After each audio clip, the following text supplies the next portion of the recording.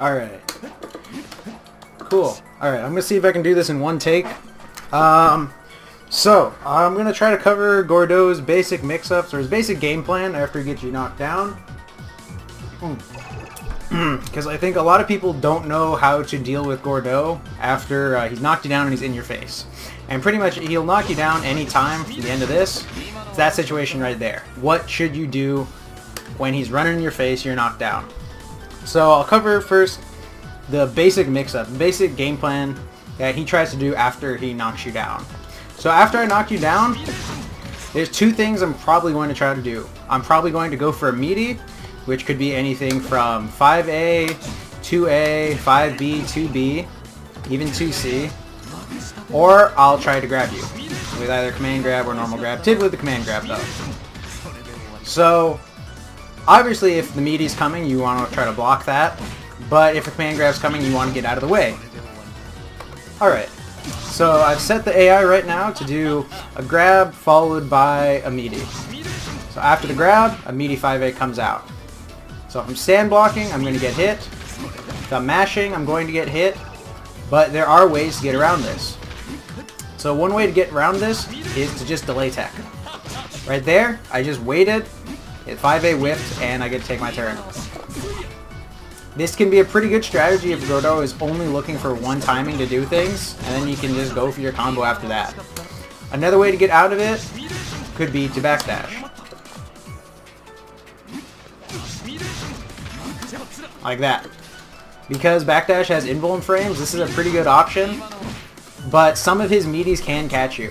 Some meaties like 2B can go far enough to catch you, and if he dashes a little bit further or delays his meaty to the very last point, he can still catch you. So you got to be careful with this, but it is still a pretty strong option. Another option you can do is just use a DP, or use a move that has invuln in it.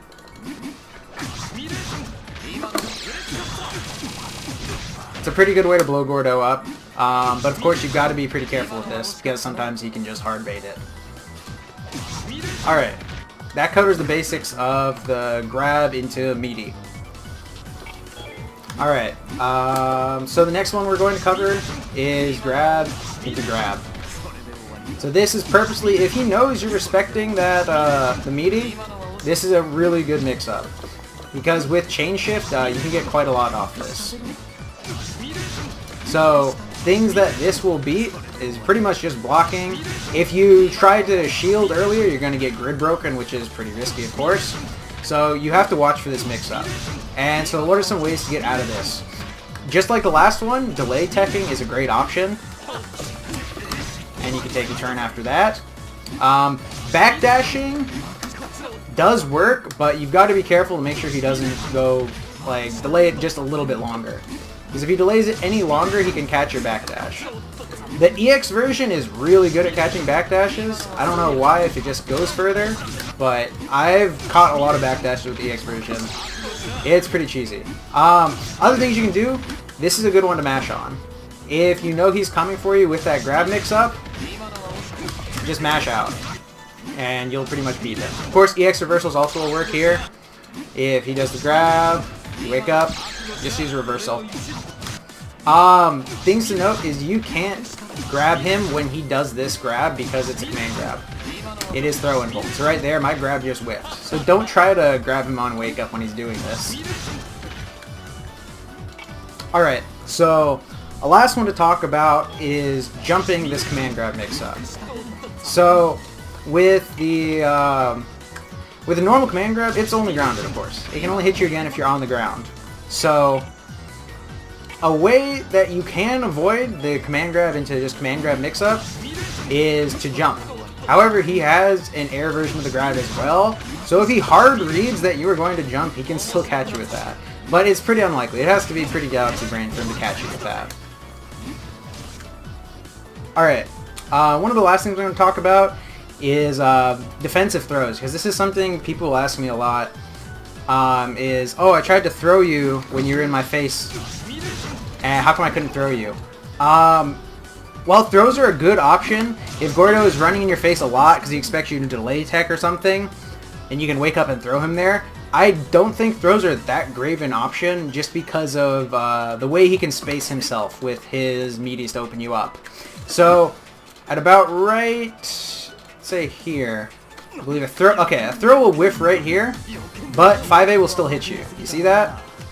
So, if he's sitting right at this range, he is begging for you to try to throw.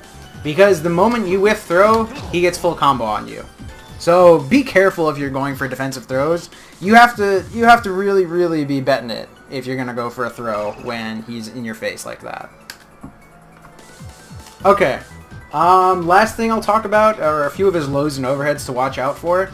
Since some people just don't know what his dangerous moves are. Some people will be like, oh, you just gotta watch out for that Scythe and Grim Reaper, stuff like that. But here, I'll go through them real quick. So his lows to watch out for, you've got 5A. This hits low, hits pretty far, and this is a great combo starter for him.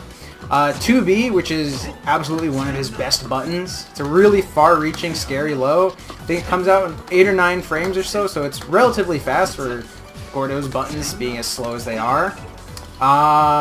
2C's first hit, this big Scythe thing, the first hit of that is a low. So be careful.